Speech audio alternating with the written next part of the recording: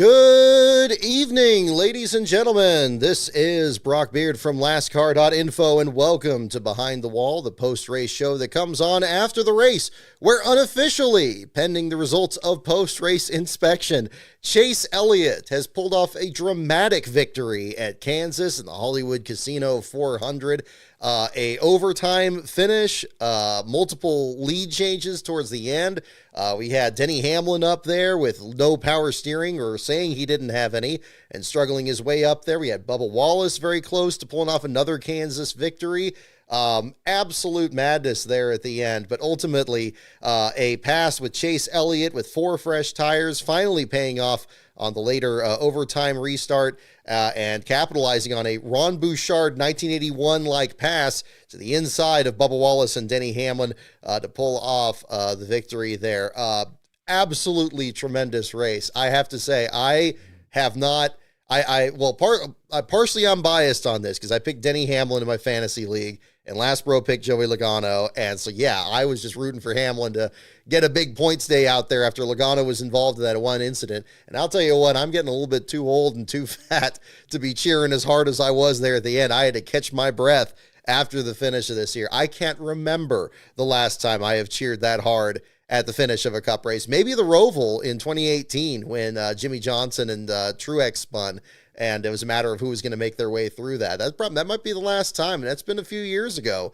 Back in 2018, we've seen some exciting winners in that time.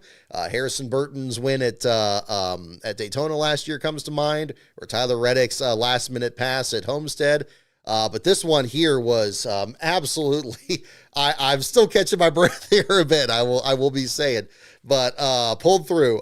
My goodness, what a battle there at the end. And again, put all the other trappings of this aside, and the championship and the playoffs and the restarts and the overtime or whatever. Just some good hard racing there.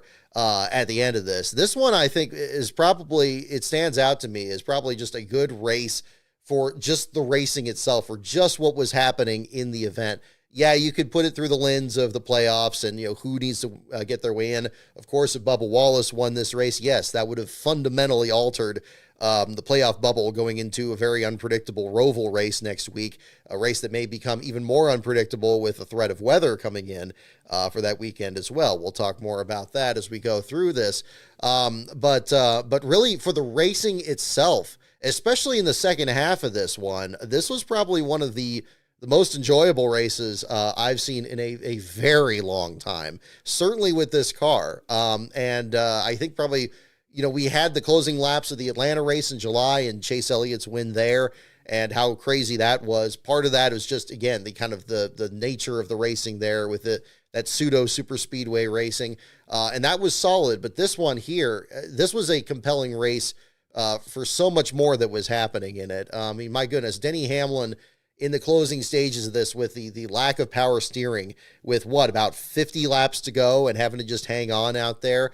And how that was compelling for a very long time. You think about, all the issues that we've seen with steering issues. At Bristol, a lot of the Toyota teams had problems with steering. I believe it was last year or the year before, where Martin Truex and Bubba Wallace and Ty Gibbs and these other guys were all in the garage area. And it was a matter of who was going to be able to make that repair quick enough to come back out, if anybody.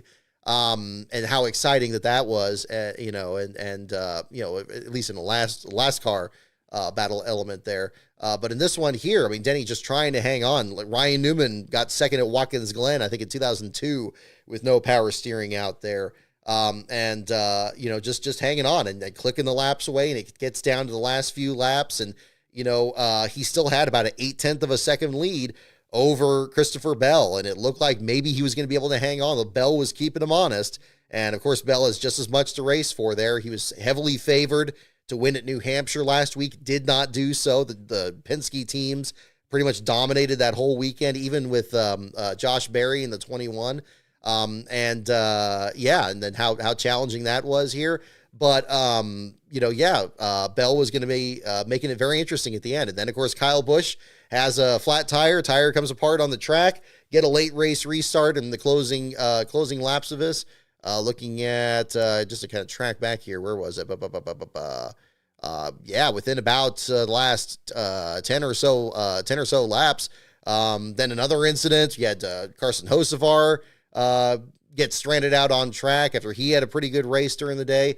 My goodness, just everything was just bubbling over there at the end. But again, not to overlook the man of the hour here, Chase Elliott did a fantastic job, and this is in a year where he has put together a fantastic season, in a full season championship, and of course, that has very much been a hot button issue this entire week. I suppose it's appropriate that the driver who probably has very quietly but very assertively put together the best overall season would come out and pull off this victory here today, and doing it in dramatic fashion there.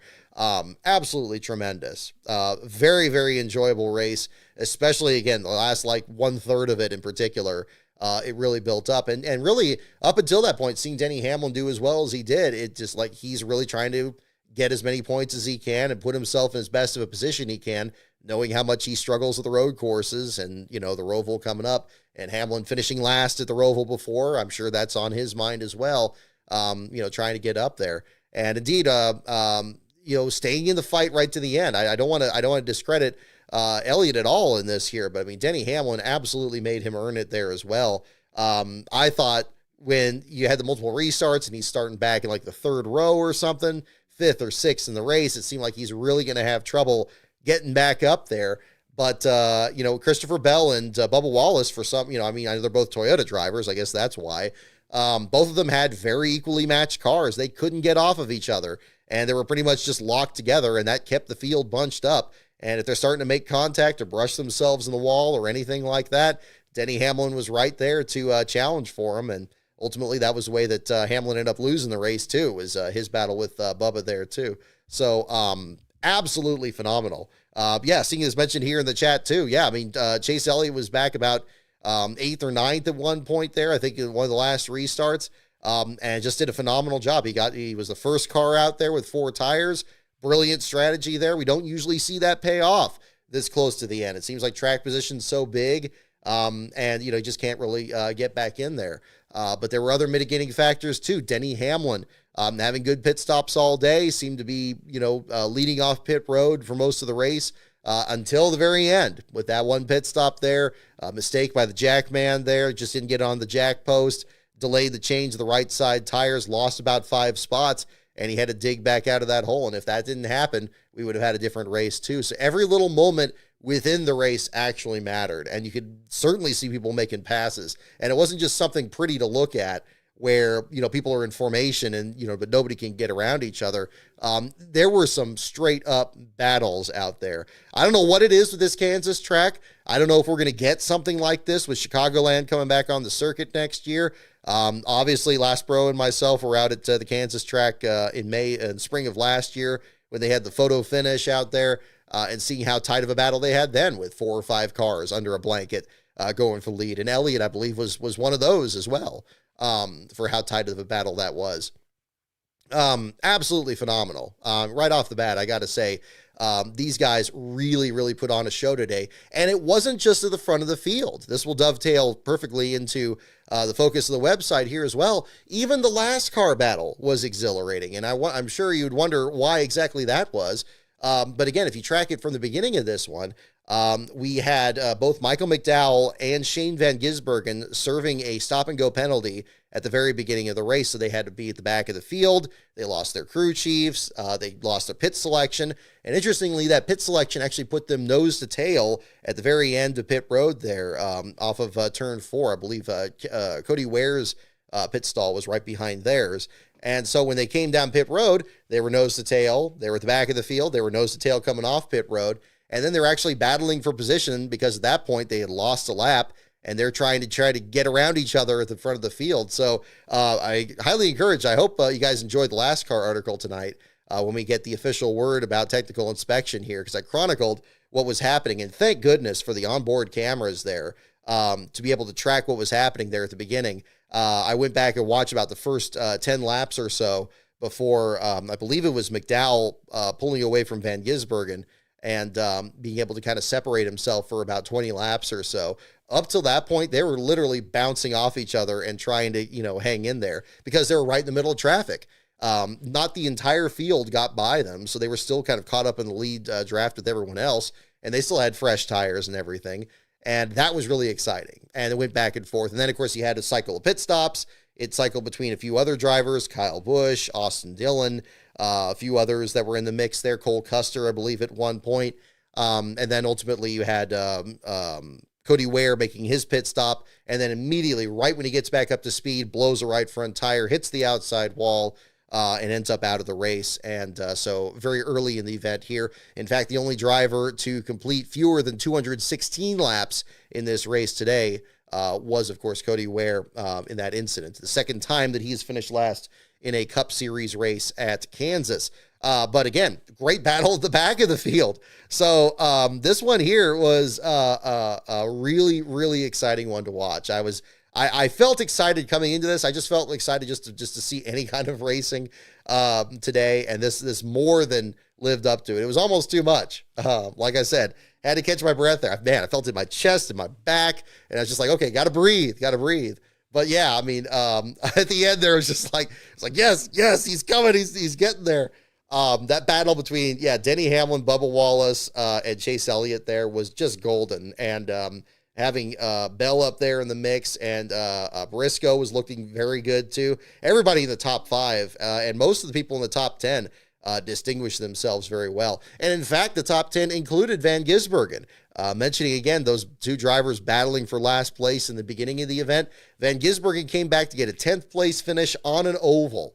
Now, how tremendous is that? After all this criticism he's received this year about, he's just there to win at the road courses and he's not going to do anything at the ovals, overlooking how well he did at Richmond and how well he did at Daytona. And now here, from the back of the field, one lap down, having to fight for the lucky dog in the opening stages of the race with McDowell and getting back up there and getting a top 10 finish and still finishing ahead of McDowell. McDowell, in fact, he also recovered nicely, but back in the 14th position there, in the Gamebridge Chevrolet. So again, good recovery for both of them, especially considering you look at some of the other drivers that they finished ahead of, guys like Joey Logano, Ryan Blaney, others that had issues along the way there.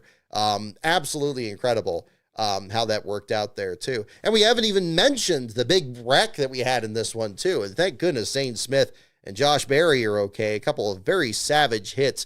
One of the two multi-car accidents that we had in this race, the most spectacular of which involving Zane Smith getting ramped up onto his right side in turn 4. Contact from John Hunter Nemechek, putting him into the outside wall. A tremendous camera work from NBC. Luckily, they had two fantastic angles, one looking back at the corner and the other one looking ahead of it from over the fence, both catching the moment perfectly of the 38 car ramped up on its side and then rolling a couple times down to the banking.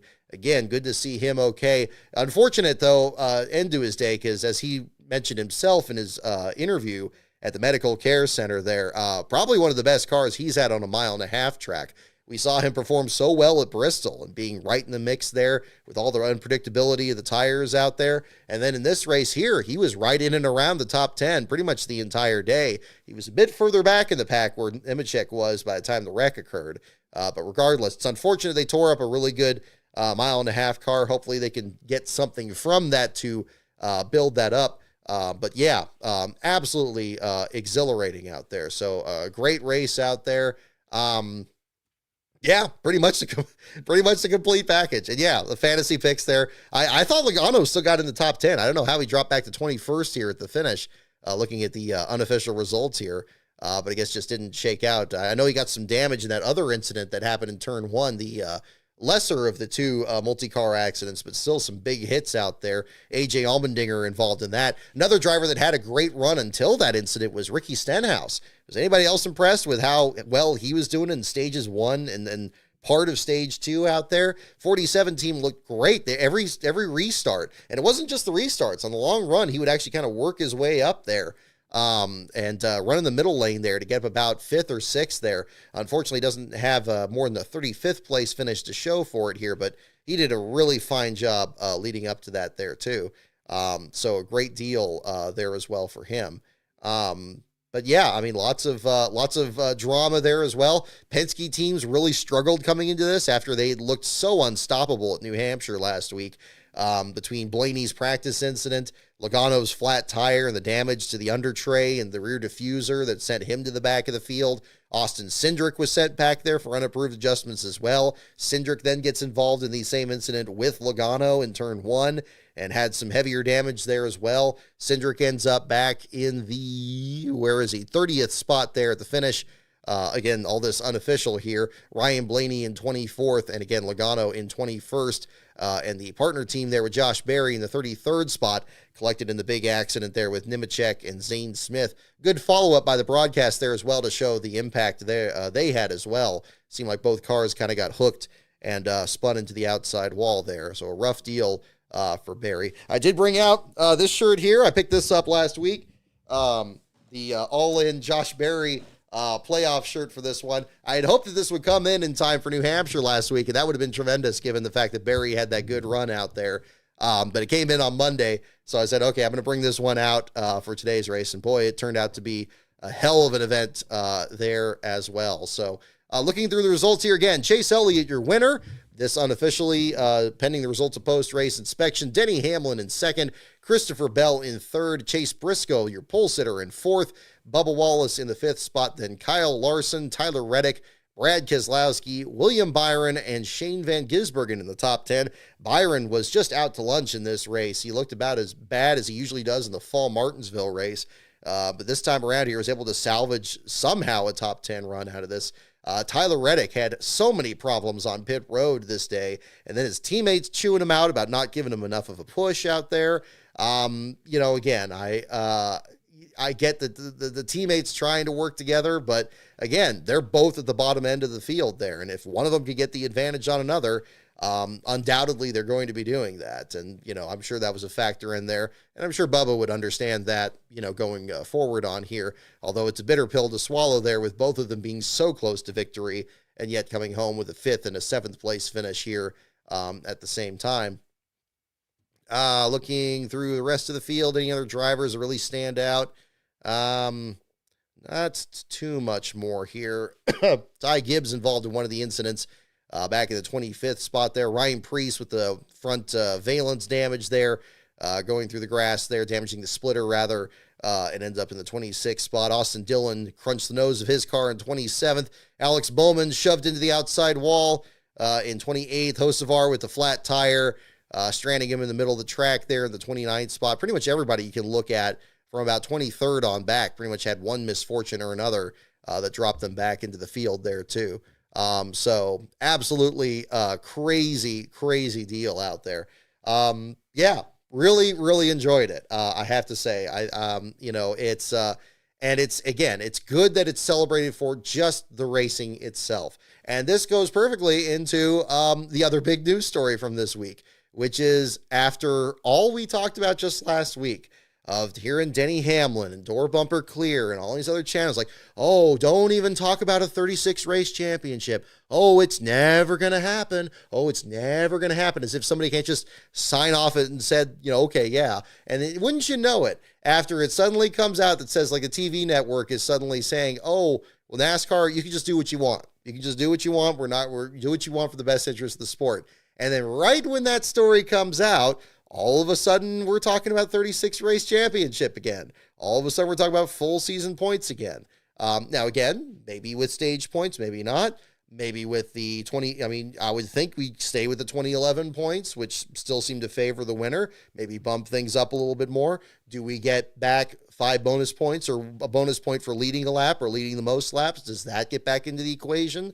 We'll see what happens on that. But we are well past it's never going to happen. Now it's getting talked about a lot. Now we'll see how true these rumors are. We'll see, they can always make their mind up and change it around, or maybe it's going to be further down the line, or maybe they're going to try it in one of the lower series and then do it for the upper series.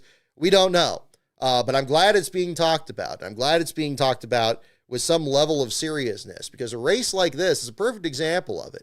The race should be celebrated for what it is. We even heard Steve Letarte saying this in the post-race here, right before coming on the show, about that, everybody's trying to win the race. Everybody's trying to get the win.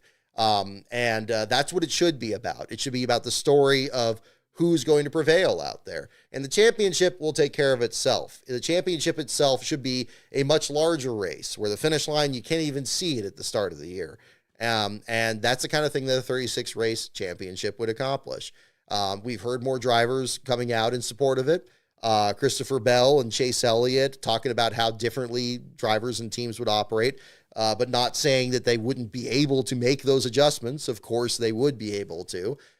This is always something that bugs me from the media aspect of this. I don't get why they would ask the drivers about the championship format. They're just out there to win races. If they're told tomorrow that the championship format's determined by like a flip of a coin and they're not going to have any practice and they're going to have to drive a wheelbarrow or something like that, they'll just do it. And they'll try to figure out a way to be faster than everybody else's wheelbarrow and win a race. That's just the way it's going to be. I think it's always kind of fruitless to be asking the drivers. They're just there to, whatever the game is. If there's a race involved and they can try to outperform other people, they're competitors and they're going to try to do the best they can. They're going to try to win races, and however the championship is settled is however it is settled. So I've always found that to be kind of fruitless. I know that people are tempted to have more conversations about this with the drivers to get their input on it, but it shouldn't be too surprising that there's not a wild variety of real responses here. But even in spite of that, it's good to see a lot of support for a full season championship. Because this is the thing is, you want to be able to you want to have each race as a story, and it needs to be separated to some extent from the championship. Sometimes you would have like a story of a race, and then at the end of it would be like, oh, well, the championship lead increased to this amount because this guy finished in this spot and his closest competitor was in this spot. And that would be about it. And that's fine. The other part of this discussion that came up from this week is the perception that the full season championship be treated as like some fix-all, like the sport's just magically going to be 100% better when that comes in. And of course, that's not true. There's many other things that need to be worked on in the sport, many other things I'm sure that are being worked on, and other things that I'm sure that are not even being looked at as a problem yet that should be worked on as well. But it's definitely getting the ball rolling in the right direction. It's about getting on the right trajectory and understanding that, again, from a journalistic standpoint, from a writer's standpoint, that you have to, you can't count on the story being written for you for the championship, that it's always going to be 16, 12, 8, and 4, that maybe some years it's going to be a guy that wins 10 races and they win the championship. Or maybe it's a guy that wins 10 races but gets 7 last place finishes and doesn't win the championship because they're not consistent enough. And then maybe somebody else finds their way up there, maybe closes out the year. Maybe somebody makes their statement at the beginning of the year. Maybe the person wins the championship, doesn't even really reveal themselves towards the end of the season. And no 2 years are alike. And that's why all these old championships are praised for as much as they are. That's why the 92 championship has never been equaled. Even the 2011 championship between Tony Stewart and Carl Edwards for being easily the best playoff championship battle. Even that one, again, didn't go through the elimination rounds. It was a different circumstance in that respect there too. And it didn't have the drama of every other competitor in the field and what they were racing for in that moment. You never really hear about the 2011 championship race described as a full field experience even. It's described as if those 2 cars were the only ones on the track. And that's another distinction there between this. So hopefully we get back to that again. And I'm encouraged to hear about this. Again, I don't know what the nature of all that is, but I think if we're talking about it, that is a huge first step, and it should be acknowledged as such. And I think there's a lot of excitement about that, and that should be the case. And imagine, in a lot of the discussions, I've had discussions with a few people this week about it. I think just think about aspects of the sport that are here now that weren't there when the full season championship was last enacted in 2003. Think about having the lucky dog or the free pass, having the 2011 point system, having stage points, but hopefully not stage cautions. Hopefully we get rid of that too. Having the crash clock, having the crash clock modified so that teams can actually work on their cars in the garage area and try to get back out there as well, but also having a time limit. Imagine how much more intense each of those elements would be. Every one of those would get so much more focus. And see, again, that it doesn't even have to be the Latford system, and it's never going to be 2003 again. It's not going to have the same cars. The cars have evolved well past that. Even if we took a step back to even like the Gen 6, it's going to be different from that. But there's a lot that could be done to really kind of, to kind of bring that into focus. And I think that this would be a great step towards it. And I've already spoken my piece about that plenty of times.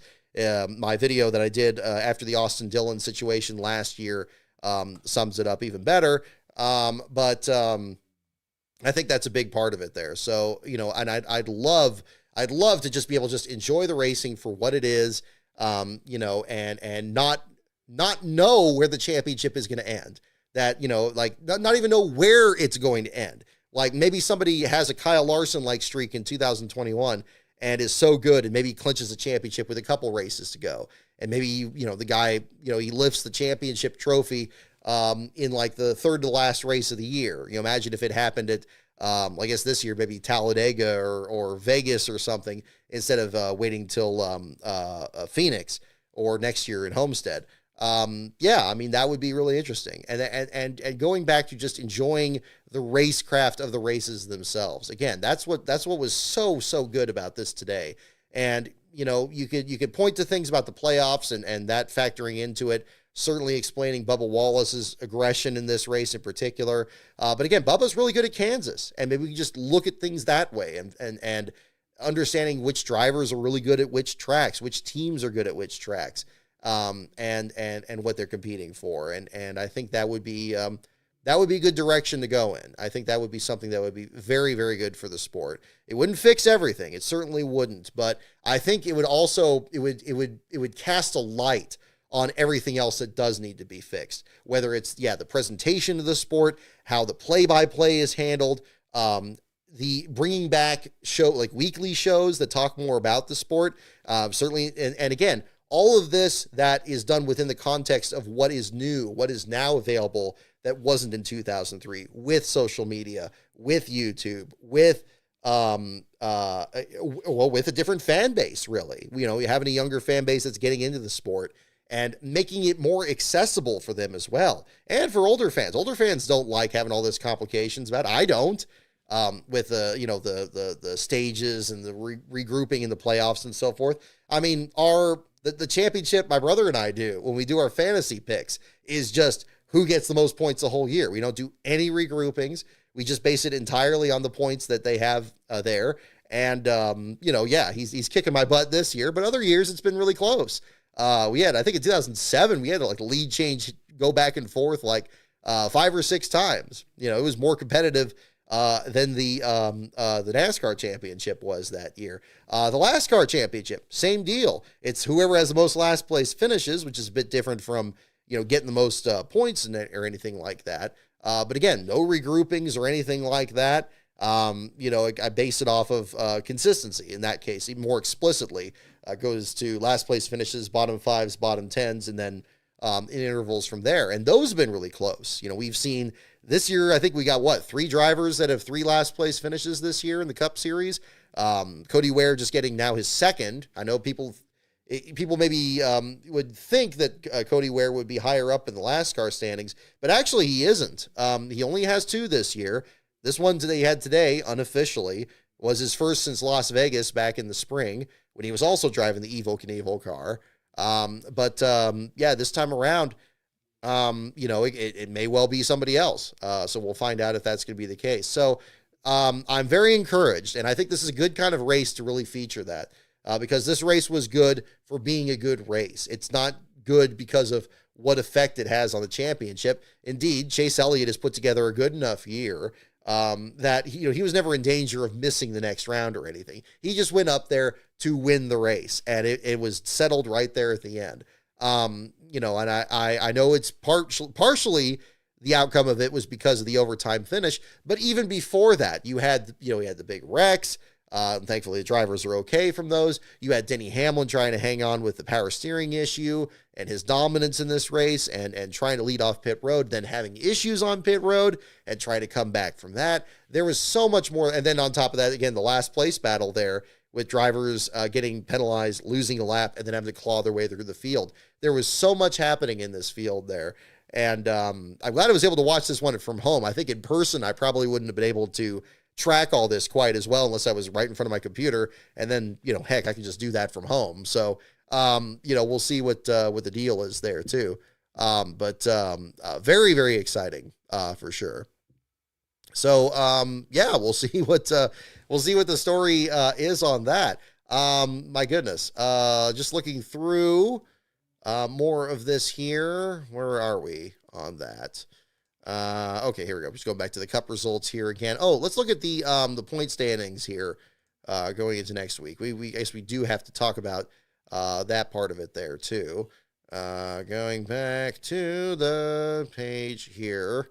So Chase Elliott and Ryan Blaney, of course, advancing to the next round there with their wins. Going to this, Kyle Larson 54 ahead of the bubble as defending winner of the Roval race. I'd actually kind of forgotten that Kyle won at the Roval. That win didn't really stick in my mind very much as his 2021 victory, but there you go. 54 points above the bubble. Denny Hamlin, again, he did everything he needed to do short of winning the race, and he was damn close to doing that. 69 thousandths of a second. The margin of victory I saw there a minute ago. Where was that? Was that on this here? I believe so. And on that. So, yes, a very close finish here as well. Yes, there it is, 69 thousandths of a second. Denny Hamlin with the fastest lap on lap 224 as well. So, good another point in his back pocket. We'll see if that factors into things here as well. But yeah, again, Denny Hamlin looking good going into the Roval. Given this road course struggles, that's good for him. Christopher Bell, a past Roval winner, 44 over the bubble.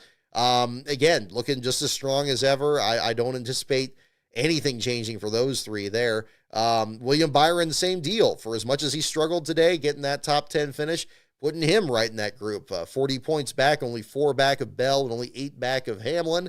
Looking very good. And then a bit of a drop-off. Chase Briscoe, 21 points ahead of the bubble. Got to be a little bit concerned. You don't really think of Briscoe as much on the road courses here. But again, he's really seemed to turn it around on other tracks where he wasn't as competitive at Stewart-Haas this year. He looked unstoppable in qualifying this summer. He was very much a factor at the finish of this one too, sticking his nose in there and trying to get a good run. Managed to save his car, didn't get involved in anything out there. But a 21-point advantage, not entirely safe, but again, just looking for the best run he can get. And then Joey Logano, 13 ahead after a difficult finish to this one, and that spin, and that smile. I got to say, when they did that segment, they talked about all these other playoff drivers and their prospects for the Roval. That smile did not encourage a lot of confidence, I would say, about him and the 22 team going into that one. But again, Logano's had some, here and there been good at the road courses. Watkins Glen, a pole at Sears Point years ago. We'll see how it goes. I guess for that, you got to really look at the bottom 4 here.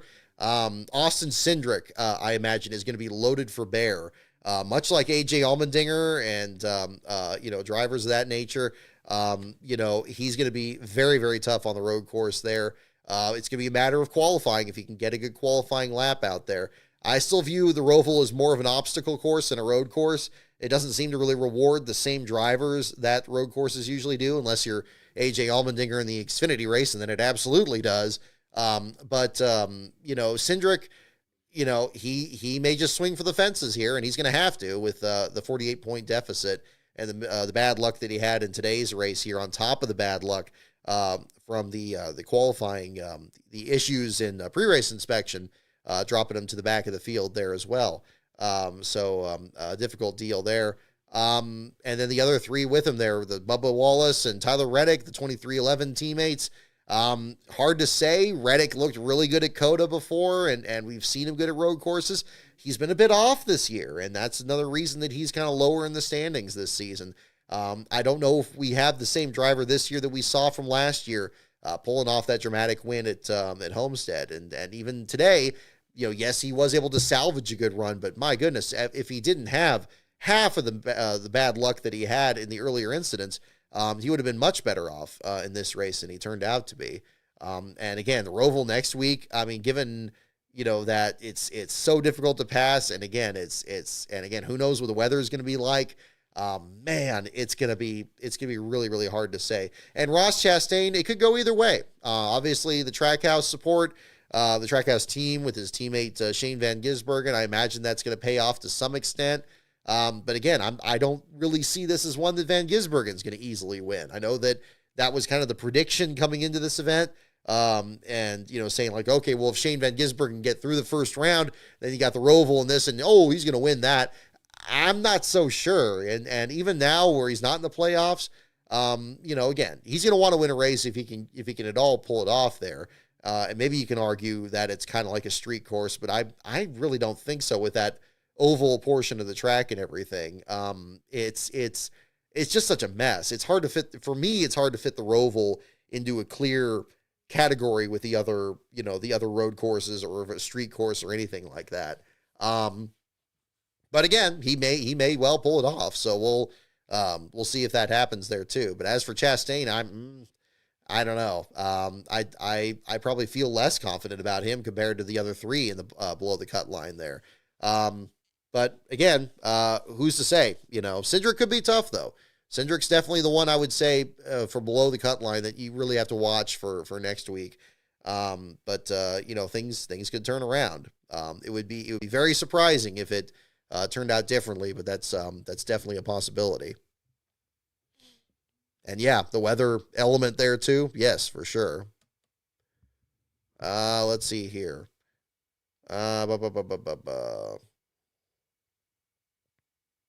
Looking through the results here.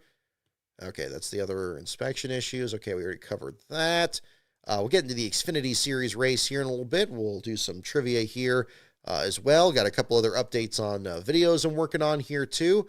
So we'll have some more of that for you guys. I think that's mostly what I have to say on the Cup one. I think we kind of slammed through that a bit quicker than I anticipated on that. But of course, you guys have any of your questions from this weekend, feel free to chip in onto the chat there as well, and we'll jump into that too. Yeah, let's go ahead and get into the Xfinity Series race. Don't have as much to talk about on this one.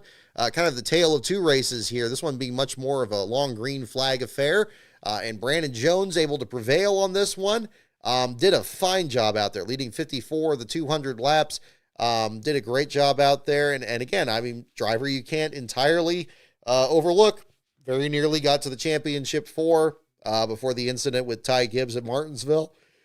Now he's back here with Gibbs, and he's doing, I don't know why he's so much better at Gibbs than he was when he was driving for JR Motorsports, and he seemed to be hitting everything but the pace car last year. But hey, he's made it work for himself, and that's certainly good to see. He may well be another driver they have to contend with there. And he's also a Phoenix winner, so stranger things can have certainly happened.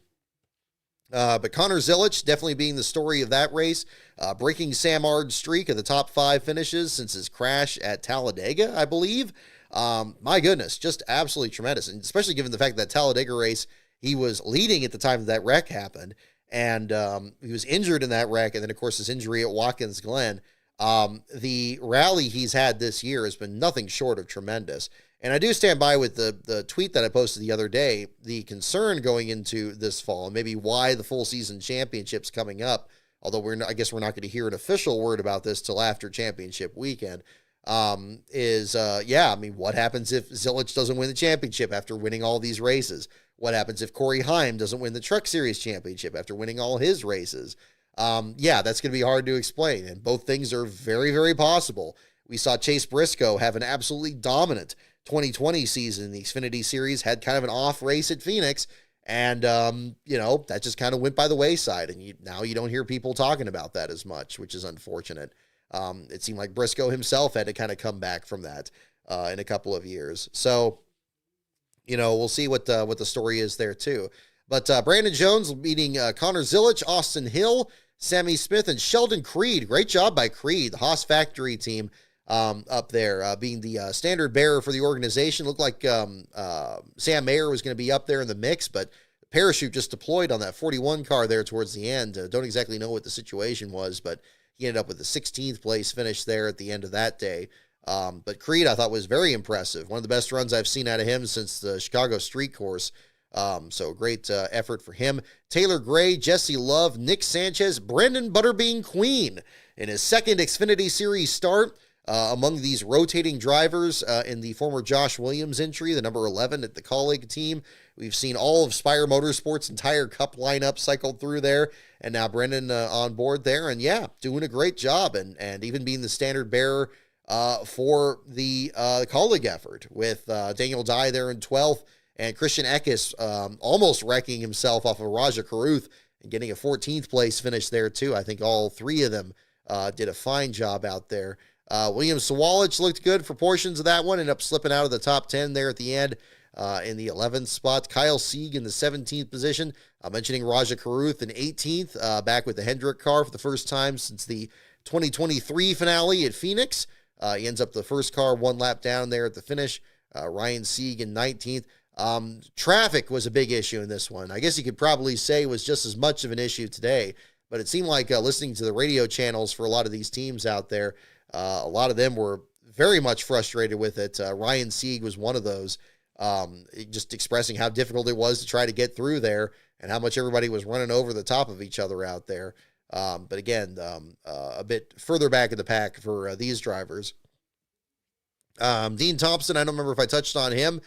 He's becoming a regular almost in the top 10 these last few weeks. They've really figured something out, the Sam Hunt racing effort, which is a great turnaround after all those crashes and everything he had to go through when he was driving for various teams, including the Toyota efforts out there at in the Truck Series. And then this time around, yeah, looking really good. So hopefully maybe getting up into the top 5, maybe even challenge for some wins. Maybe that'll be in the near future. We'll see what the deal is with that going forward. Patrick Staropoli, the doctor, the eye doctor, that is his teammate this week, also did a fine job getting some views on the during the live broadcast there, was in the top 20, end up 22nd at the finish. Did a fine job out there, so good effort for him. Your last place finisher was Nick Lights, driving for the Bobby Daughter entry, and this one actually finished the race under power. What was very interesting, and I want to give a shout out to a few people on this one here. Among these, DNF racers on Twitter, thank you for your picture and some information there following the 07 as he went down pit road, ended up pulling behind the wall. Also, Nick Lights' mother actually messaged me on Twitter the other day and appreciated the article there as well. Certainly not the finish they were hoping for, but for covering that. And I also heard from another member of the team there that was mentioning the article there too. So I really appreciated that. I mean, that's something I really enjoy doing, is trying to talk about these teams and where they're going at the moment, or where the driver is in their career at this point, and really try to make it as much of a complete story as possible and try to bring up as much information.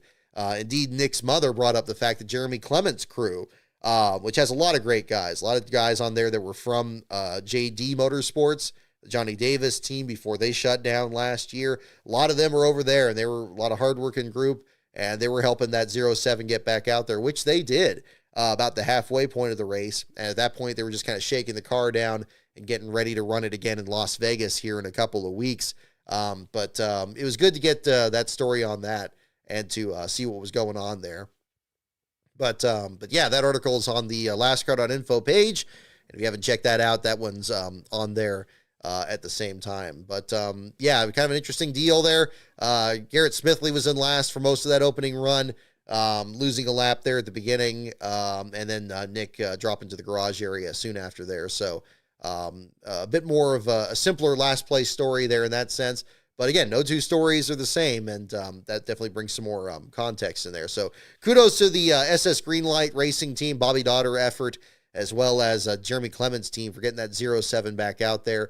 And indeed, he finished the race 60 laps down, losing his 60th lap with about 5 to go there, but still running under power. I believe that's the first time an Xfinity race at Kansas, has had the last place finisher finish the race under power. So a fine effort there. Justin Bonsignor continues to struggle. My goodness. I know he almost won the modified race last week at Loudon, but man, he has struggled so much in the Xfinity Series. I mean, we saw his wreck and then a disqualification at Rockingham back in the spring. He's had a blown engine at Pocono, and now this one here gets another crash. He's the only DNF of the entire race.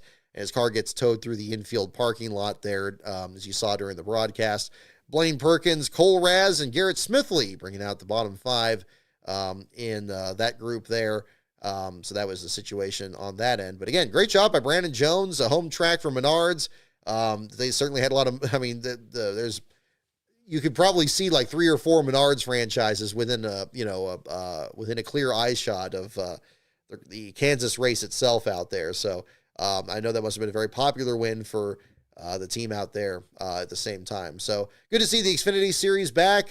We got I think 4 of the remaining 3 of the remaining 4 races to conclude this season are going to be triple headers, including next week at the Roval, which is going to have the Truck Series competing in it for the first time starting on Friday. So that'll be interesting to find out. I think that's going to be something else to look at here at the same time. So we'll see what the situation is. Okay, and I think that's most of what I have on that. Okay, Bowser Jr., thank you for your message here as well. I see you got another bit of statistics here for MotoGP in Japan. Luca Marini suffered a clutch issue that caused his first last place finish of the year. This comes in a race that saw 2 drivers unable to start, including Japanese driver Ai Ogura. It also saw Marc Marquez claim his 7th Premier MotoGP title with 5 races to go. So congratulations certainly to him there, and thank you again for the statistic there brought up on that. Let me get my notes here at the same time while I do that. I'm very excited to say that we made some really good progress on videos this week. The latest video that I had was Rise of the Field Fillers, Leroy Porter's story of Competitive Edge Motorsports. So that was posted up there online. The next video on Greg Sachs, I posted other updates on the Patreon of the current update on that. And let me do this. Can I do this here? Is it going to let me do this? But we're getting very close to getting that done. I got the visuals still need to be put in there. Had a couple outtakes I still need to crop out. And I'd love to get, I think it should certainly be done the first part of October. That's at least what I'm aiming for at the moment here. But let's see. Here is, let me do this. Move you over here, move you over here. And we'll just do second screen with no chat. That is a current look at the timing and scoring, or I guess rather, for the status update there on the next episode for Greg Sachs. So each of those yellow lines are some visuals I still need to add in. I believe that's from last night. So this will be about a 2-hour episode. So it's going to be on the longer side here for field fillers, but it's going to be quite the interesting journey. Big thanks again to Brian Hallman of the BRH Racing Archives, and to everybody else that's archiving videos and photos from his career. I think it's going to be a very interesting video and an entertaining one as well. Greg is a really interesting personality. I haven't been able to interview the man himself. If we do, that'll be just a follow-up video down the line there. But yeah, I think that's going to be something that's going to be really interesting to track there too. So hope to have that done soon.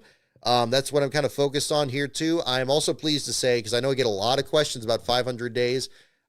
Progress on that has been really slow since May, because around that time was when I was working on the Kenny Irwin video and kind of catching up on some other projects here. But I've been able to get some work done on that this week and get like the first half of the script committed to paper. So I'm kind of working on that at the moment. And then I got to get the second half of it there after that, because it's going to cover 2 race weeks. And then we'll be much closer to getting that done. I'd love to have that done before the end of this year, if that's possible. I don't know if I'll have it done before Phoenix. That might be too quick of a turnaround, especially with still getting the Greg Sachs one done. But I think if we can at least get the script done, I think by the end of the month, I think that would be pretty good. And then maybe get closer to getting that done in maybe November and doing that. So we'll see how things look, especially during the off season. Things are pretty unpredictable there. Sometimes you get a lot done, sometimes not as much. I think that's probably the same for everybody. But we'll find out if that's going to be the story there too. So yeah, much more content coming to the channel coming up here. I have a couple other scripts that are also very nearly complete. But I'm kind of shelving those to kind of get some more work on 500 days, since I kind of caught up ahead on a couple of these other projects there. I think this will be a good time to kind of do that, especially again, since it's going to cover a longer period of time here. So, yeah, I'm going to be very excited to get some big projects out there for you guys here very soon. Let's see here. Let me get, oh yes, I'm going to get my notes still. And in this, oh goodness, just got another picture from Brian Hallman there for one of the other videos I'm working on. Oh, that's excellent. Fantastic. So we'll get some more content on that coming up here. Boop, boop, boop, boop, boop, boop. Okay, those are that. Oh, yes, and while I'm checking my email here too, I actually do have another script for another NASCAR Man history video. So another video will be coming to his channel here in the near future. I'll see if, I'm not sure if I'll be able to get that recorded tonight. Maybe we'll do that after the show here today. But either way, we'll look into getting that rolling and set that up. And yeah, much more is coming down the line. So I think it's like I said last week, it's good to get this rolling here in the meantime. Yes, Charles Peterson. Yeah, I see your concern about, having the Greg Sachs video be for 2 hours. Yeah, so you'll notice from the latest episodes of Field Fillers that it's become not just about the 2004 season lately, because it's been like a much larger story. Certainly the competitive edge one was a little different, I guess, in that sense. But yeah, this one, maybe this one is a complete departure there. It's much more about Greg Sachs' career. And I feel like just doing the 2004 season, that was probably only maybe about 15, 20 minutes of that video. And I don't think any of that would be particularly interesting unless you knew his background in there up to that point. And I think that's really kind of the focus. Plus, it was a really fun project to work with Brian Hallman to find other things from his career. So it's much closer to that one. The Stanton Barrett video, before that one got shelved, was approached the same way, where it was much more about his entire career, which I think is why that one kind of stalled out, because I think I've just barely scratched the surface of his career, and there's way, way more to it. And when that one's done, it's either going to be a really long video or maybe even a book. Who knows? That might be something down the line there too. But we'll find out on that end. But this one here, I think I remember the Carl Long video. Actually, that one was pretty much his whole career. We ended up even going into the Fleur-de-Lis Motorsports era during the early Next Gen era, or the early Car of Tomorrow era in the Xfinity series, back then the Nationwide series. And kind of went into that story too. So that one was pretty long. So it's not entirely unprecedented to have one longer. I guess Andy Belmont's too is even like that. But yeah, this is going to be, I think it's also a good way because it also ties together a lot of the other videos I've been doing in the past. You'll see some of the Cartoon Network video come up here. You'll see some of the Country Time Lemonade video come up in this one. And of course, Field Fillers. I don't know if 500 Days necessarily comes up in it. There's not as much from 01 in Sachs's story, but, again, other figures from that video perhaps may come up here as well. So yeah, I think that's going to be interesting. So yeah, it's not going to be 2 hours of just 2004. So to calm that concern, it's going to be really his whole career, it deserves a really good in-depth look at it. And you'll certainly understand that when you see the video here too. So I think that's going to be enjoyable, on that one. Alrighty. Let's see. We had the notes on this. Yeah. Okay, no, I think that was the only note I had on here was the 36 race championship. Yeah. One other note I do see on here as to the 36 race championship and the discussion of that, I can't help but think back to Carl Edwards and when he was discussing, very frankly, the circumstances of his retirement and how, again, he got very close to winning that championship in 2016 and, went through all these hoops and he gets to the championship 4. Late race caution comes out and has a big wreck. And he was describing about okay, well, look, we're just going to focus. We're going to 2017. We're going to come back. We'll just do the same thing again. We'll try to win a bunch of races. We'll put ourselves in a good spot. We'll advance through the rounds. We'll get to the championship 4. And then maybe the same thing will happen again. Maybe it'll be another late race caution. Maybe we'll get in a wreck again. And it sounded like that was really the moment where he was just like, look, I just don't want to keep doing that. Whereas in a full season championship, maybe you're not going to experience, the same thing. Maybe you're going to want to stick with it longer and just put together a full season. Look what, guys like Mark Martin did in his career. And indeed in his later career, he was running races in the chase format too. But he was always seemed even closer to winning the championship, except for 2009 with the full season deal, and trying to run it down to the wire, even as early as 1989 and the great championship battle out there. By the way, that's another thing I do want to mention, kind of on a different subject here. Vody's Pit Stop is a great YouTube channel. I've been watching his videos here and really been enjoying them. He's done a good job of like some of these compilation videos and unique statistics in the sports history. He did ones on 1989 and 1990 that I was watching the other day. Very good work.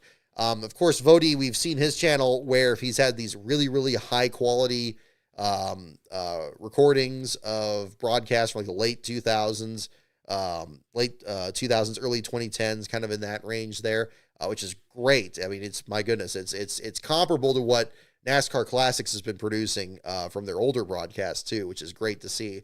But yeah, his produced content is very good. If you haven't checked it out, I'd recommend that there as well. Let's see here.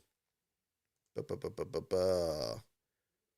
we go. I see Gluck and Bianchi are up here too. So we have that on there. Yeah, let's see. Do I have anything more on that? No, I don't think so. Okay, so I already posted that picture. So we'll close that there as well. Alrighty. How much I go into Sax's time in Hendrick? A lot. Yes, there's a lot of that in there. Yes, absolutely. We're going to talk about Days of Thunder. We're going to talk about the Slim Fast car. We're going to talk about some of what NASCAR Man History talked about in his video on the Slim Fast car. There's going to be a bit of a crossover there. So yeah, no, it's in there. Again, when you see the video, you'll see why I went into it. I don't think any of it is wasted material, because I don't think anybody's put it all together for what a unique journey he had through the sport. Really, all the way well into beyond the 2000s. So that'll be a part of it. And yeah, the field filler portion, it's in there, but it's not the biggest portion of it. It's at least a comparable length to other elements in that. And I think that'll be something very enjoyable there as well. Let's see here. Do we get any calls on inspection yet? It's probably pretty early for that, especially with a playoff race here. Seems like they take their time. Okay, we got the videos that Pockrass has posted here. We got the owner points. Yep, nothing new on that. Alrighty. Yes, indeed, Robbie. Yep, Paul Newman did co-own that team, so that'll be coming up there as well. Austin LaPlante's NASCAR channel and his playlist being taken down. Was that the full NASCAR races channel? Or was that, I'm trying to remember. Was he more like an archivist there with some older video ones? That name sounds familiar. I'm sure I've checked out his videos before. I don't remember if I've checked them lately. I guess that would be why. Let's see here.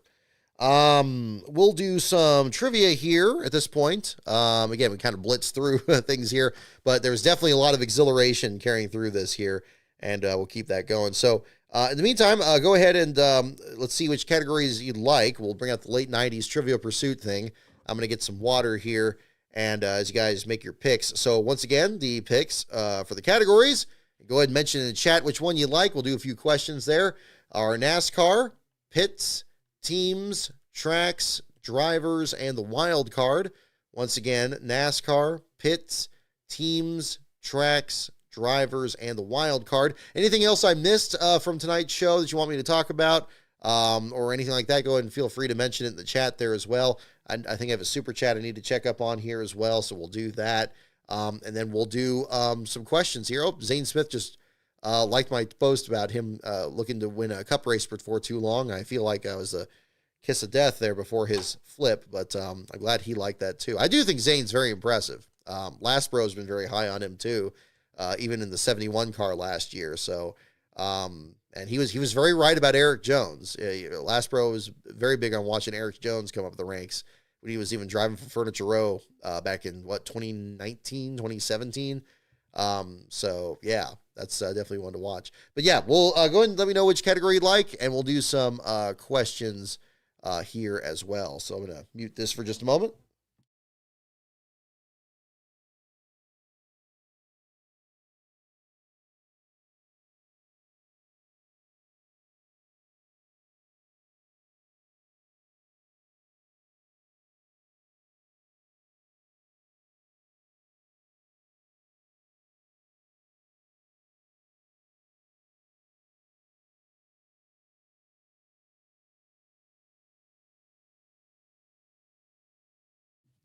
Austin had ARCA and K&N race. Okay, I see your comment there, Jimmy. Yeah, that's a bummer. Yeah, I don't. Maybe I haven't followed that quite as closely, but it would suck to lose that because yeah, those races. I mean, sometimes they come up in my videos, or you just want to know what happened in those, or especially if a driver advances from those ranks into the Cup Series. It'd be terrible to lose that. So for sure. Let's see here. Oh, let me get Bowser Jr. Yeah, you had your super chat here as well. Thank you for the super chat for $4.99 on here. Even with the race as good as it was, in my opinion, the best news this week is momentum behind a full season point system. Very good point, Bowser, and I completely agree. Obviously, we've talked about the full season points to this point. But I think this is also a race that really kind of focuses on that, like understanding what it is to just celebrate a race for just being a good race, and I know that it was an overtime finish and it has become a sport that seems like it's dependent on restarts. But even before the restarts, there was so much that was happening. This was a very full race, and that's the kind of thing you want to see. The story of it should have the cast of characters should be as much of the field as possible. It shouldn't just be one or two people. I mean, you could describe a race entirely from like what one driver did, and that's one way of doing it. But there's so much more that's happening in person, behind the scenes, and that's why I think it's so important to try to look the other way and try to kind of see what else is happening there, because sometimes it can be overlooked pretty quickly. Sometimes it's not that important, but sometimes it is, and sometimes it could be really big. I mean, we're hearing about that there was probably a gouge left in the track from Zane Smith's wreck, and there was a report that it was still there, and Bubba was trying to say, okay, well, look, that's going to be a track safety issue, or they're going to just end the race. Probably half joking at that point. But yeah, I mean, they're going to have to fix that, so I'm sure they will. I mean, that's plenty of time between now and I guess they still have 2 races next year, don't they? Like, it's still the spring race. So, yeah, I mean, that'll be plenty of time for them to get that set up for next year. But again, thank you for the super chat there, Bowser Jr., and thank you also for your statistics there on the MotoGP information there as well. But yeah, look at your comments there from the beginning here about everybody being excited from the finish there too. Yeah, I mean, that's great. That's great. Again, I'm not a big Chase Elliott fan. I was certainly biased there watching Denny Hamlin through the race. I thought he had just an absolutely fascinating race out there that was so much fun to watch. And yeah, it was definitely a lot to see there for sure. Let's see here. Oh yeah, Austin had the playlist for the races too. Yeah, there's some of those that I've seen on that too. I don't know what's going on with that. I haven't heard anything from. I know we had the situation with NASCAR with some copyright issues. What was that? Was that last winter?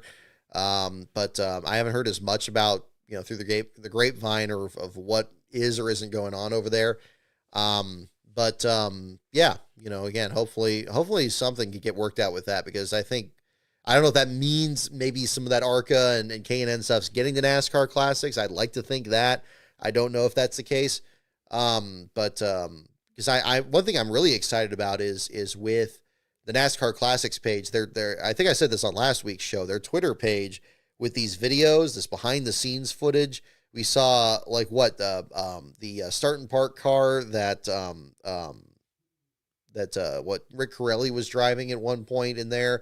We saw qualifying footage from Phoenix with the old Pontiacs in like the mid 90s there. I think there was just one today that was Darlington in 92, and you can actually see Bob Schacht and Mike Potter's cars in there, 2 drivers that have been featured in their own videos on this channel. Very exciting to see. So that's why I'd love to get the channel to a point where I've covered so many different drivers and teams that when you see them in a race, you'll be like, I want to learn more about this guy. And then maybe it'll come up there. I have some projects I'm working on that I'd like to accomplish in there, too. So yeah, I'm just glad I was able to catch my breath during this race today. I was like, oh man, I used to be, I could scream at my TV there and not really feel anything, but man, I'm going to be 43 here pretty soon. So I guess I got to be cognizant of that there too. But yeah, I have not seen War of the Worlds 2025. That's the It's You Ice Cube one, right? Like I've seen the honest trailer, so I feel like I've seen the best part of it there, but that's another one. Um, yeah, so there's all that too. Um, oh, by the way, I showed the Josh Berry shirt on here too. Where is it? Hang on here, folks. Boop, boop. There we go. I did pick up the hat there as well, so I have that on here too. So yeah, yeah, I didn't anticipate Barry having such a good run in New Hampshire, but yeah, almost got the 4 in a row. But the 3 in a row there to start the playoffs there, that's definitely something that needs to be in the LASCAR archives here. So pick that up here at the same time. Doot doot doot. Alrighty. Okay. Let's see here. We will. There we go. Seeing everybody excited there. That's awesome. That's awesome. Okay. Which category are we leading on at the moment? I didn't see here. Oh, I was gonna also check at the Bills one because they were playing the Saints today, right? Again, I'm always touch and go on football today. Okay, 31-19, right on. Excellent. Good, good, good. Good, good, good, good, good. All right. Keep it rolling. Win the games you're supposed to win and then try to pull off the ones that are harder. That's good to see. Keep circling them wagons. I did dig out my my hats and everything from that. I was wearing, I guess I was watching the Thursday night game. When was that? Was that last week? Yeah, I guess it was. Maybe it was a week before. Yeah, whatever that was. I was watching that one. But yeah, fingers crossed there this year. I just love to see how far they can get. We'll find out. Let's see. Who is it? We got Packers Cowboys tonight. Okay. Jets Dolphins and Bengals Broncos tomorrow. Right on.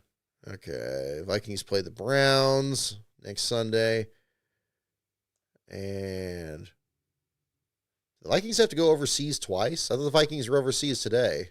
They played the Steelers in Dublin. They have to go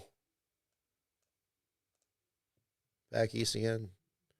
Northumberland Development Project. Where is that? Oh, in London. Oh, okay. Wow. They go to Dublin. They go to London. Do they just stay there for 2 weeks? Is that how they do it? It seems like that's a long time out there. But okay. Wow. All right. Turns into football chat here, folks. Yeah, just a little bit. Let's see. The Bills play. Okay, they play the Patriots on Sunday night. Okay, that'll be fun. Okay. Well, I'll have to watch that one next week after the Roval. That will be our next action coming up here very, very soon. Let's see.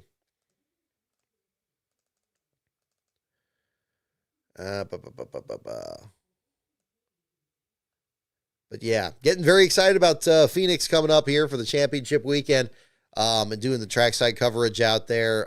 That's always a great venue to cover. It's going to be very weird this year. I mean, if Phoenix is losing the championship race and maybe the playoffs are ending, and, again, who knows what the LASCAR championships are going to be. They all seem like they're pretty close. So, there's going to be a whole lot going on that weekend. We're just going to plan on just taking it in. So, that'll be ones to watch at the same time. Oh, Bowser Jr., your super chats kind of remind me. Big thanks for your. Let me read it first off here. Bowser Jr., thank you again for your super chat for $4.99. 22 years ago today, 2003 Fall Talladega. Elliott Sadler flips in the 38. Napa sponsored driver wins. How about that? Yeah, there we go. We had a flip in the 38. And a Napa sponsored car won the race. Well, hey, very good point. Very good point, Bowser. I like that. What are the odds of that? Your stat was also reminding me, again, I'm talking a lot about Denny, but I got to be partial for the fantasy pick here. I was getting in the closing stages between about 40 to 20 to go. It was reminding me so much a little bit of Ricky Rudd's run at Martinsville, which the anniversary of that race was just yesterday.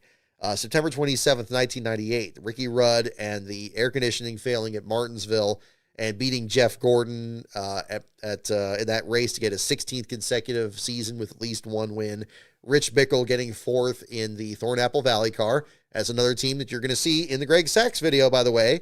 Yeah, like what a big moment that was too. But yeah, very good stat though, Bowser. I like that. Very, very good.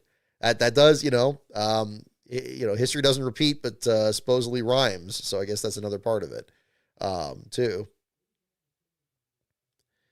Let's see. Yeah, Ricky Rudd was an Iron Man. Absolutely. I was so stoked that he got in the Hall of Fame for sure. I wasn't sure how soon he would get in. I love that they brought out one of the Tide rides, the Rudd Performance Motorsports cars, to the NASCAR Hall of Fame out there. Yeah, they did a fine job. And they did a great job with the shirts too they made. So I appreciated that. Having him and the Kirk Shelmerdine among the underdogs in the sport there. Shelmerdine for his start and park efforts and being the first member of the field fillers to get in. There's been some good members that have joined lately, and that's good to see there too. Let's see here. Patriots are 2-2. Okay. Yep, that could go either way.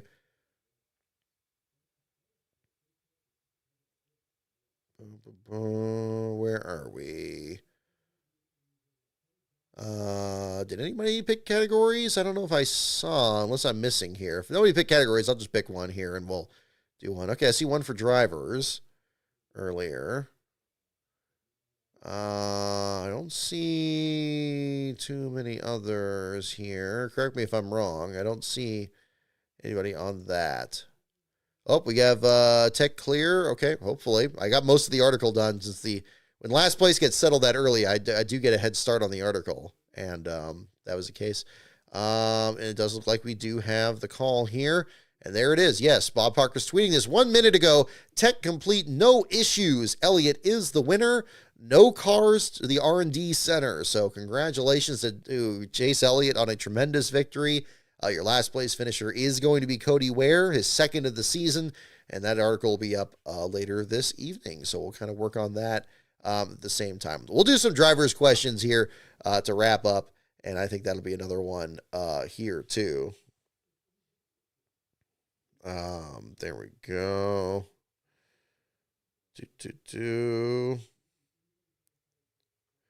Okay.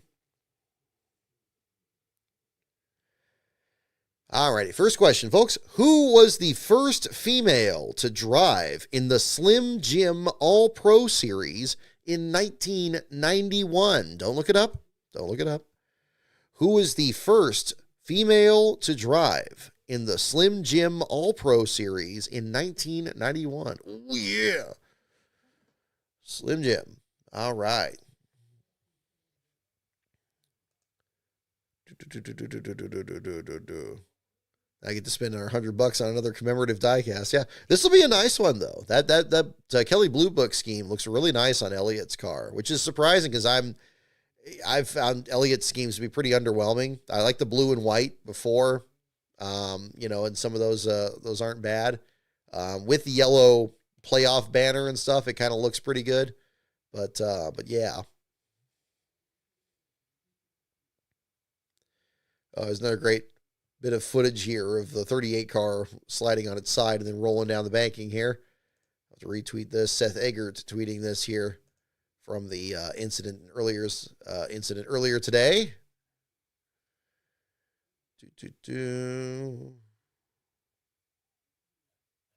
Well, that was something, huh? Says Lee Diffie here on Twitter. Yes, indeed. Alrighty, who was the first female to drive in the Slim Jim All-Pro Series in 1991? I think we maybe had this one before. Shauna Robinson, Janet Guthrie, Tammy Jo Kirk, Shauna Robinson. Alrighty, here we go. First female to drive in the Slim Jim All-Pro Series in 91. Indeed, it was Tammy Jo Kirk. Those of you got Tammy Jo Kirk was correct. We're correct on that one. Jimmy, looks like you were the first one there. Charles Peterson, you got it as well.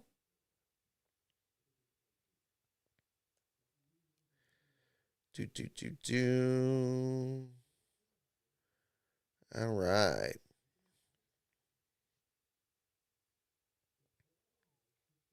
Yeah, Joseph, I saw your Richard Petty question there too. It looks like covered the bases there. Very good. Very good.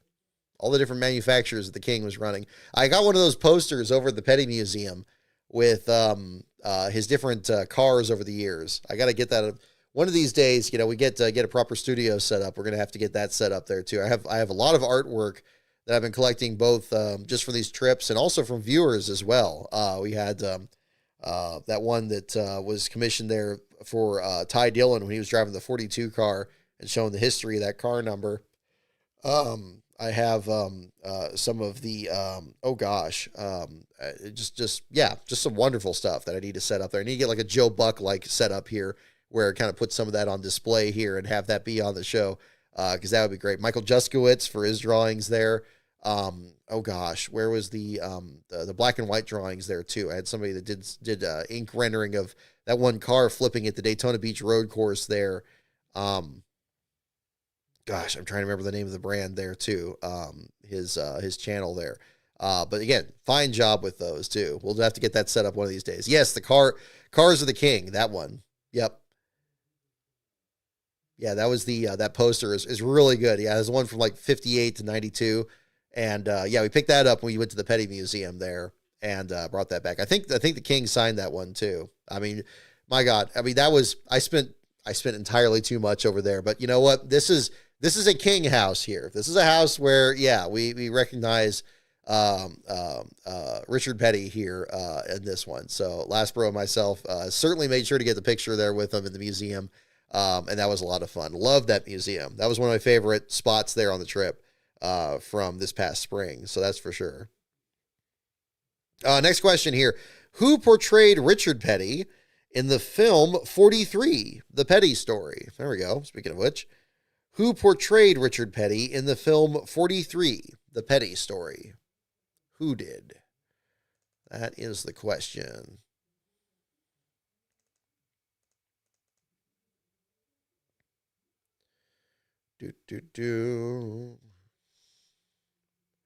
Anybody anime fans out there too? I think we maybe have touched on that a little bit on the show. Now that we're kind of in the later part of the show and we have the more hardcore viewers here tuning in beyond the race ones. We saw the Demon Slayer movie last night, and that was like, oh my God, I couldn't believe how long it was. I'd never watched the show, but I've heard of it, and I know a lot of people are like really crazy into it. So I just kind of jumped right into it. There we go. Albert, yes, that's right. It's yours. That's right, Albert. Oh my gosh, I'm so glad you're in the chat. I remembered Shivers. I just forgot your first name. So yeah, there you go, Albert. Yeah, no, you did a fine job of those. I got those. I got to dig that up. One of these days, you got to do like a presentation or something. I got that and your Dale Earnhardt picture. And you did a fine job on those. So yeah, there we go. Thank you for tuning in. Who portrayed Richard Petty in the film 43, The Petty Story? That is the question. We got guesses for Chad McCumbee. Let's see. Robert Redford. There you go. Interesting guesses. Who portrayed Richard Petty in the film 43, The Petty Story? And the answer is Richard Petty. He played himself. It was like Private Parts with Howard Stern. He played himself. There you go. Richard Petty is the answer. It's a trick question, I guess. Trick question.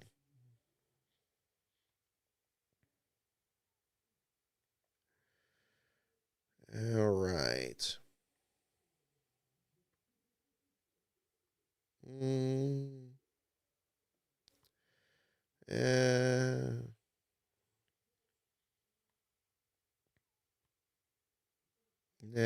Not that one. All right, here we go. All right. Next question here.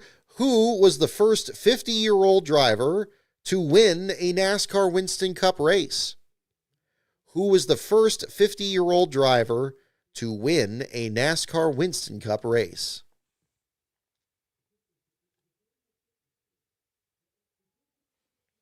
All right, take care, Joseph. Thank you for tuning in.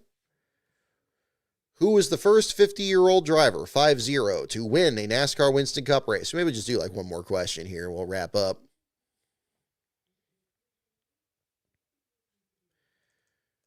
All right, now that we got the calls for the inspection there too. Yeah, there we go. Looking at the video. Actually, we can just play this on here. It's already playing the sound on it. Let me switch this over. Play the video that Seth Eggert retweeted here. This from Colin Welty on Twitter, posting this video of the incident there with Zane Smith. We'll have a little video segment here for you guys there too. Let's go right into the second screen. All right. Oh, hang on. Let's move it back here. Let's move it back. Move it back.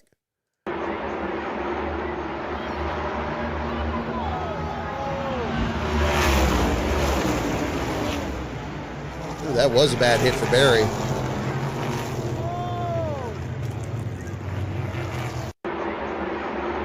There we go. So yeah, so very messy situation there. Yeah, and Barry did hit the wall pretty hard there. It was mentioned in the comments there too. Who was the first 50-year-old driver to win a NASCAR Winston Cup race is the question. I guess this is for Harry Gant and for Bobby Allison and Herschel McGriff. Alrighty. That setup doesn't look too bad here. I've tried different things with the camera here lately to try to make this look a little better here. I think it's better than having the camera right here on the computer and then just staring me right in the face. I think that didn't look as good. So we'll try that. The first 50-year-old driver to win a NASCAR Winston Cup race, the answer is Bobby Allison. Bobby Allison is the correct answer. And I assume for his 88 Daytona 500 win. And it looks like a few of you guessed that. I see Jimmy guessed it. So you got there. Oh, Charles Peterson, you guessed it first. At least that's the first I'm seeing here. Thought he was 48 when he had the crash. I think he was, yeah, he was over 50 at that time. You think of Gant. Gant's another driver who did win over 50, but he was not quite the first. His 4 in a row is 91. And I think he won at least something in 90, I believe. I know he broke a winless streak in 89, and then he won a race. I think he won 1 or 2 races in 90. But yeah, kind of an interesting career trajectory. All right, we'll just do one more question here in the drivers category here. Oh, this is a good one. Okay, let's do this. What NASCAR Winston Cup driver qualified a record 15 times at over 200 miles per hour? So again, think of the late 90s, so don't think of Marcus Ambrose or anything like that. What NASCAR Winston Cup driver qualified a record 15 times at over 200 miles per hour? Which driver?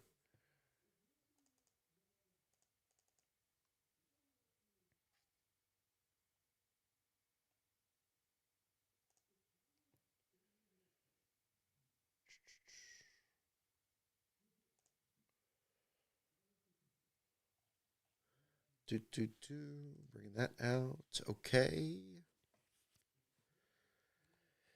What NASCAR Winston Cup driver qualified a record 15 times at over 200 miles per hour? That is your question.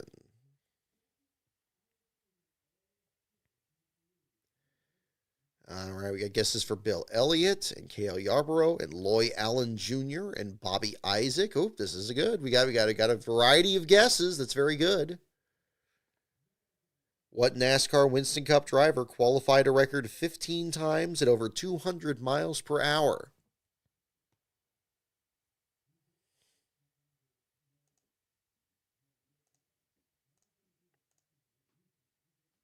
Alrighty. Coming down to it here.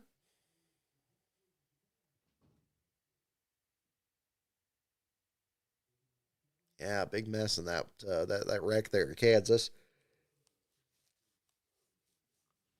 I mean, for all the problems this car has, it's certainly not the mile and a halves. They've definitely figured something out there, and it's kind of tremendous how that worked out. But there you go. Okay, one more time. What NASCAR Winston Cup driver qualified a record 15 times at over 200 miles per hour? The answer is Cale Yarborough. They call him Cale. Cale Yarborough is the correct answer. Here we go. So, yep, I mean, Charles Peterson, you guessed Bill Elliott or Cale Yarborough. You're very close, so there you go. You mentioned Yarborough, so right on. I don't think anybody else got that. So, yeah, kind of a surprising one. It sounds like Bill Elliott, especially for how dominant he was at one point, which is also going to come up at the Greg Sachs video. Yeah, but there you go. Cale Yarborough is the correct answer. Yeah, good choice to go for both options. Exactly. Alrighty. Well, tell you what, folks, I'm going to go ahead and let it go at that point here. That will be it for our show today. So congratulations to Chase Elliott on a job well done. Fantastic battle there to a pretty dramatic race today in Kansas. So in the meantime, my Twitter feed is at Last Car on Brock. The Patreon is patreon.com/LastCarOnBrock. More videos coming to this channel here very soon, including Rise of the Field fillers on Greg Sachs, some other projects coming together here as well. And in the meantime, our next show is going to be next Sunday after the Cup Series race on the Charlotte Roval. We'll be talking about a triple header weekend for the Truck Series, Xfinity Series, and the Cup Series action. So come on by here. We'll do some more trivia and talk about the race week that was. And until then, hope you all have a wonderful week, and I will see you all next time. Thank you for tuning in.